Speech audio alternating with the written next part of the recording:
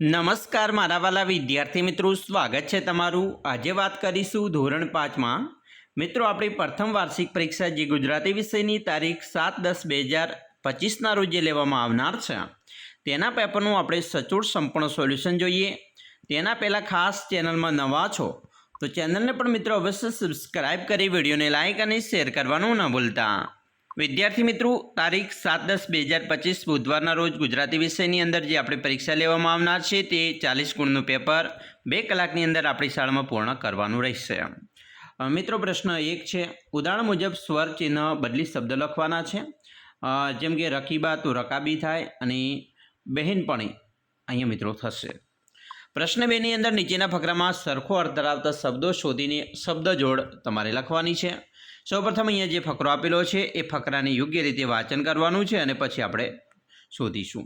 તો શબ્દ જોડની વાત કરીએ તો જેમ કે ઝાડ તો વૃક્ષ, દોસ્ત તો મિત્ર અને પગ તો ચરણ, આ રીતે શબ્દ જોડ બનાવીશું। આગળ વાત કરીશું મિત્રો, પ્રશ્ન નંબર 3 નો અ અને બ ના યોગ્ય વિકલ્પ સાથે જોડવાના છે। જેમ કે ઓચ્છવલાલ તરલિકાની પહેલી બૂમ, તો અહીંયા આપણો જવાબ છે સાણસો શોધવા માંડ્યા। જસ્મી પોતાનું કામ હંમેશા ફટાફટ પૂરું કરીને જ રમવા જાય છે। મહારાણા પ્રતાપનો ઘોડો પવન વેગે દોડતો હતો। મને શરબત સ્વાદમાં ખૂબ જ ગળ્યો લાગ્યો અને આવતીકાલે સવારે તો મારે નિશાળે જવાનું છે। પ્રશ્ન 4 છે, આપેલા પ્રશ્નના 2 વાક્યમાં જવાબ આપવાના છે। જેમ કે પ્રશ્ન 1, ફિયોનાએ ડોલીના ઘરે જઈને શું કર્યું? જવાબ, ફિયોનાએ ડોલીના માળિયામાં કૂદકા માર્યા, મસ્તી તોફાન કરતાં કરતાં ગાધું, ધીંગા મસ્તી કરી, સંતા કુકડી રમી, હિંચકા ગાધા, આમ ખૂબ ધમાચકડી અને આનંદ કલ્લોલ કર્યા। બીજો પ્રશ્ન છે, બાળકને વરસાદ સાથે ક્યારે રમવું છે? કેમ? મિત્રો બાળકને વરસાદ સાથે ઉનાળામાં રમવું છે, કેમ કે ઉનાળામાં તડકો બહુ પડે છે, તેથી બાળકને ગરમી લાગે છે। પ્રશ્ન 3, બાળક ઉપર કોણ પાણી છાંટ્યું, ત્યારબાદ શું શું થયું?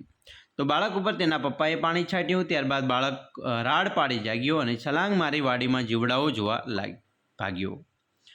પ્રશ્ન મિત્રો 4, બારી પરના પડદાને કોણે ઉતારી લીધો, તે પછી શું થયું? તો મિત્રો બારીના જે પડદા છે એને વસંતરાયે ઉતારી લીધો। પડદો ઉતારતા અધમણ તડકો ઓરડામાં પડ્યો। પ્રશ્ન 5, ધાબળ ધીંગીના સારા ગુણો લખો। તો ધાબળ ધીંગી પોતાના બચ્ચાની ખૂબ કાળજી રાખે છે। ધાબળ ધીંગી પોતાના બચ્ચાને બચાવવા કોઈ પણ રીતે કરી શકતી હતી। પોતાના બચ્ચાના રક્ષણ માટે તે જનૂની પણ બની જતી।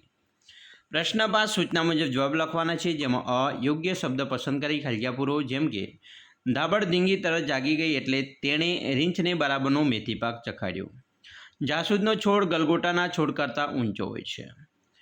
એના પછી બ, કૌંસમાં આપેલા શબ્દનો ઉપયોગ કરી ખલગ્યા પૂરવાની છે। જેમ કે ખલગ્યા હું શાળામાં વહેલી આવીશ, તો અહીં આવશે જવાબ આવતીકાલે। બીજું, બાળકોએ ખલગ્યા બગીચામાં સરસ કામ કર્યું હતું, તો ગઈકાલે। એના પછી ક છે, કૌંસમાં આપેલી ક્રિયાઓનો ઉપયોગ કરી વાક્યો પૂરા કરો। જેમ કે વાસણ ઘણા હતા, સમય ઓછો હતો, મેં ચટપટ ધોઈ કાઢ્યા। ધોવું વત્તા કાઢવું એટલે ધોઈ કાઢવા, અને નાચવું વત્તા ઉઠવું તો નાચી ઉઠવીએ। એના પછી ડ છે, આપેલા શબ્દોની યોગ્ય જૂથમાં મૂકો। જેમ કે મિત્રો વ્યક્તિવાચક, તો અહીંયા મીરા, સમૂહમાં આવશે સૈન્ય, જાતિમાં મિત્રો આવશે પક્ષી અને દ્રવ્યવાચકમાં બાજરીનો સમાવેશ થાય છે। મિત્રો નીચેના શબ્દોમાંથી દ્રવ્યવાચક શબ્દ ઉપર રાઉન્ડ કરો। જેમ કે મિત્રો ઘી, તો એ દ્રવ્યવાચક કહેવાય છે। પ્રશ્ન 6, કોઈ પણ એક વિષય પર 5 થી 7 વાક્ય લખવાના હોય, તો અહીંયા મિત્રો આપણે પહેલું નિબંધ છે, ઋતુઓની રાણી વર્ષા ઋતુ, એના વિશે સરસ મજાનો મિત્રો આપણે નિબંધ છે આ રીતે લખી શકીએ છીએ કે વર્ષા ઋતુને ઋતુઓની રાણી કહેવામાં આવે છે। ગરમીથી ત્રસ્ત ધરતીને જ્યારે પ્રથમ વરસાદના ટીપા પડે ત્યારે સમગ્ર પર્યાવરણમાં આનંદ છવાઈ જાય છે। વૃક્ષો તાજા લીલાછમ થઈ જાય છે અને કકળાટ કરતા મોર નૃત્ય કરવા લાગે છે। ખેતરોમાં નવું જીવન ઝુકાવા માંડે છે અને ખેડૂતની આંખોમાં નવો ઉમંગ દેખાય છે। વરસાદના ઝરમર મોજાઓ અને વાદળની ગર્જના સમગ્ર વાતાવરણને રોમાંચક બનાવે છે। વર્ષા ઋતુ માત્ર પ્રકૃતિની જ નહીં પરંતુ માનવ જીવનની પણ તાજગી અને ખુશીથી ભરપૂર બનાવે છે।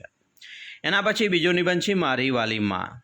મારી મા મારા જીવનની સૌથી પ્રિય વ્યક્તિ છે। તે મારી પ્રેરણાનો સ્ત્રોત છે અને હું દરેક સમયે તેના પ્રેમ અને સાથનો અનુભવ કરું છું।